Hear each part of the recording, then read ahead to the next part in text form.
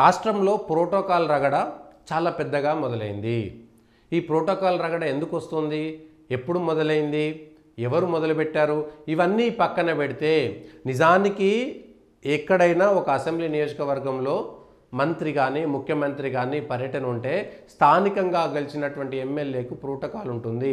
స్థానికంగా గెలిచినటువంటి స్థానిక ప్రజాప్రతినిధులు ఆ నియోజకవర్గంలో ఒక గ్రామంలో ఒక కార్యక్రమం ఉందంటే ఆ గ్రామ సర్పంచే కీలకము.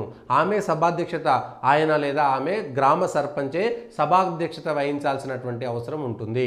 ఆ తర్వాత స్థానికంగా గెలిచినటువంటి ఎంపీటీసీలు, జెడ్పీటీసీలు, ఎంపీపీ, జెడ్పీటీసీ, ఎమ్మెల్సీ, ఎమ్మెల్యే, ఇట్లా ప్రతిదీ ఒక ప్రోటోకాల్ ప్రకారం ఉంటుంది.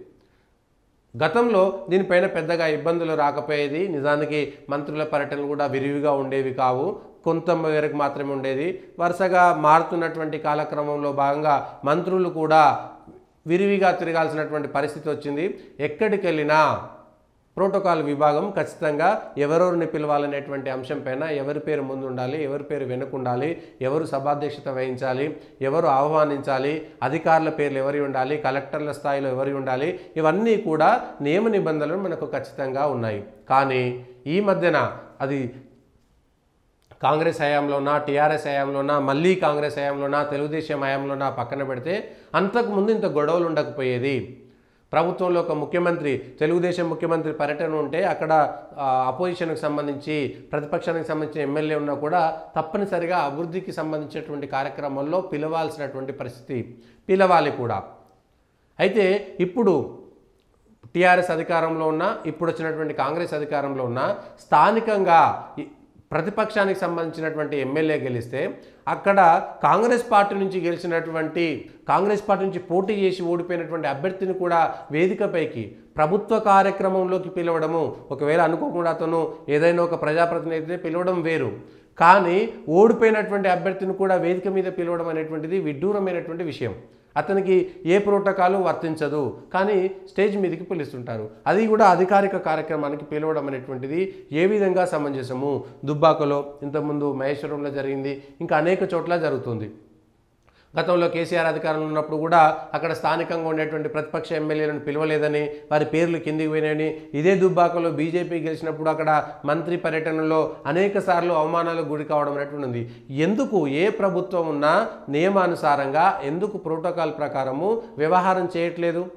స్థానికంగా ఉండేటువంటి వ్యక్తులు, ఎమ్మెల్యే ప్రభాకర్ రెడ్డి అభ్యంతరంపై ఆగ్రహం వ్యక్తం చేస్తున్న శ్రీనివాస్ రెడ్డి వారిస్తున్నటువంటి మంత్రి, కొండా సురేఖ దుబ్బాకకి వెళ్ళిరు, కళ్యాణ లక్ష్మి చెక్కుల పంపిణీ జరిగింది. ఆ చెక్కుల పంపిణీ చేస్తుంటే గెలిచినటువంటి ఎమ్మెల్యే పైన ఓడిపోయినటువంటి కాంగ్రెస్ అభ్యర్థి అజమాయిషీ చేయడము, దబాయింపు చేయడము ఏ విధంగా సమంజసము? మంత్రి కొండా సురేఖ గారు నిజంగా కూడా కొంత రాజ్యాంగబద్ధంగా, కొంత స్టేట్మెంట్స్ లాగా వ్యవహరించి, తప్పు, నీకు వేదిక మీద సీట్ ఇచ్చడం సరిపోయింది, ఒక ఎమ్మెల్యేను ప్రశ్నించకూడదు, తప్పు అనేటువంటి మాట చెప్పడాన్ని మనం స్వాగతించాల్సినటువంటిదే. గెలిచిన విషయం ఏంటంటే ఎమ్మెల్యే టీఆర్ఎస్, మంత్రి కాంగ్రెస్, ఎంపీ బీజేపీ, మూడు పార్టీలకు సంబంధించినటువంటి ప్రజాప్రతినిధులు ఒకే వేది మీదుగా ఉండాల్సినటువంటి పరిస్థితి. మరి మిగిలినటువంటి స్థానిక బీజేపీ ఎమ్మెల్యేలు, స్థానిక బీజేపీ నాయకులు, స్థానిక టీఆర్ఎస్ నాయకులు వాళ్ళందరినీ స్టేజ్ మీదకి పిలిచిరా? పిలవలేదు. మూడు పార్టీలకు, ఎంపీ బీజేపీ, మంత్రి కాంగ్రెస్, ఎమ్మెల్యే టీఆర్ఎస్, అంటే మూడు పార్టీల నుంచి గెలిచినటువంటి వాళ్ళు ఒకే వేదిక మీద ఉండాల్సినటువంటి పరిస్థితి. ఎమ్మెల్యే, టీఆర్ఎస్ ఎమ్మెల్యే ఆయన అక్కడ ఉన్నాడు, మంత్రి వచ్చారు కాబట్టి మంత్రి ప్రోటోకాల్ ఉంటుంది, స్థానిక ఎంపీ కాబట్టి స్థానికంగా ఉన్నటువంటి ఎంపీ వచ్చారు. కానీ ఓడిపోయినటువంటి కాంగ్రెస్ అభ్యర్థి గెలిచినటువంటి ఎమ్మెల్యే అభ్యర్థి పైన దబాయింపు చేయడము, అజమాయిషీ చేయడము, ప్రభుత్వం మాది కాబట్టి మేము ఏం చేసినా చెల్లుబాటు అవుతుంది అనేటువంటి విధంగా వ్యవహారం చేయడము, లేకపోతే బల ప్రదర్శన చేయడము, వచ్చేసరికి నేనే ఉంటాననేటువంటి ఒక మెసేజ్ తద్వారా ప్రజల్లోకి ఇవ్వాలనుకునేటువంటి వ్యవహారము, ఇది సొంత వ్యవహారం కాదు, ప్రభుత్వ వ్యవహారము, యంత్రాంగం ఉంటుంది. ఖచ్చితంగా అందరూ ఒకే స్టేజ్ మీద ఉండాలి. వాళ్ళు ఒక ఎంపీనో ఒక ఎమ్మెల్యేనో మిగిలిన పిలవకుండా కేవలం మంత్రి వచ్చి అక్కడికి వెళ్ళలేరు కదా. స్థానికంగా అనేక పార్టీల నుంచి గెలిచినటువంటి ఎంపీటీసీలు, జెడ్పీటీసీలు వేరే వేరే పార్టీల నుంచి ఉంటారు, వాళ్ళని పిలవకుండా ఉంటారా? ఇగో ఈ ప్రోటోకాల్ అనేటువంటి అంశం పైన అనవసరమైన రగడ చేయడం ఎందుకు? కాంగ్రెస్ పార్టీ ఇన్ఛార్జీలు మాత్రమే, అది పార్టీకి సంబంధించినటువంటి ప్రోగ్రామ్ అయితే, కానీ ప్రభుత్వానికి సంబంధించినటువంటి వ్యవహారంలో ఇక్కడ కూడా ప్రభుత్వము చాలా గొప్పగా ఆలోచించి దయచేసి ఇట్లాంటి గతంలో కేసీఆర్ టీఆర్ఎస్ చేసినటువంటి తప్పులని కాంగ్రెస్ పార్టీ చేయడం అనేటువంటిది భావ్యం కాదు. గెలిచినటువంటి ఎమ్మెల్యేలకు గౌరవం ఇవ్వాలి.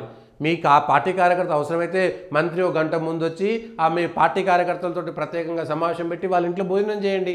కానీ ప్రభుత్వ కార్యక్రమాలకు వచ్చి కాంగ్రెస్ నాయకులు పెత్తనం చేస్తామనేటువంటి వ్యవహారం ఇప్పటికే అనేక చోట్ల గెలిచినటువంటి ప్రతిపక్ష పార్టీ ఎమ్మెల్యేలను ఎవరు ఖాతరు చేయడం లేదు అధికారులు అనేటువంటిది పెద్ద మెసేజ్ ఉంది. ఇదే జరిగితే కాంగ్రెస్ పార్టీ గత 10 ఏళ్ళు అనుభవించి మీరు అదే తప్పు చేస్తే వాళ్లకు మీకున్నటువంటి తేడా ఏమిటి? ప్రోటోకాల్ విషయంలో ప్రభుత్వ నిబంధనల ప్రకారము నియమానుసారంగా మాత్రమే వెళ్ళాల్సినటువంటి అవసరం ఉంటుంది. ఇది ఖచ్చితంగా పాటించాల్సినటువంటి విషయము. ఎందుకంటే 3 పార్టీలు ఉన్నారు కాబట్టి ముగ్గురు ఒకే స్టేజ్ మీద ఒకే వేదిక మీద ఉండాల్సినటువంటి ప్రత్యేక పరిస్థితి ఉంది కాబట్టి రేపు ప్రధానమంత్రి వస్తే ముఖ్యమంత్రులు పోయి ప్రమాణ స్వీకారం అక్కడికి వచ్చి స్వాగతం పలకరా? ప్రధానమంత్రి బీజేపీ కాంగ్రెస్ సీఎం పోయి రేవంత్ రెడ్డి గారు పిలిచి రాలేదా? గతంలో కేసీఆర్ కూడా మంచి టర్మ్స్ ఉన్నప్పుడు మోడీకి స్వాగతం పలికి తర్వాత కొట్లాట అయినప్పుడు మంత్రిని పంపించిండు. అది వేరే అంశము. అది ఆయనకే మళ్ళీ దెబ్బ కొట్టింది కదా. సో ఈ అంశాల్లో రాజకీయాలను చొప్పించి అధికారిక ప్రభుత్వ కార్యక్రమాల్లో దయచేసి రాజకీయాలను చొప్పించకండి. అది కాంగ్రెస్ అధికారంలో ఉంది కాబట్టి ఎవరైనా అది టీఆర్ఎస్ అయినా బీజేపీ అయినా కాంగ్రెస్ అయినా వాళ్ళకు సంబంధించి స్టేజ్ పైన ఎవరెవరు ఉండాలి, ఎవరెవరికి మాత్రం అవకాశం ఉంటుందో వాళ్ళు మాత్రమే ఉండి ఏ పార్టీకి సంబంధించినటువంటి ప్రజాప్రతినిధి అయినా సరే ఒకే వేదిక మీద ఉండడం అనేటువంటిది భవిష్యత్తుకు రాజ్యాంగానికి రాజకీయాలకి ప్రజలకి ప్రజాస్వామ్యానికి ఎప్పుడైనా మంచి చేస్తుంది.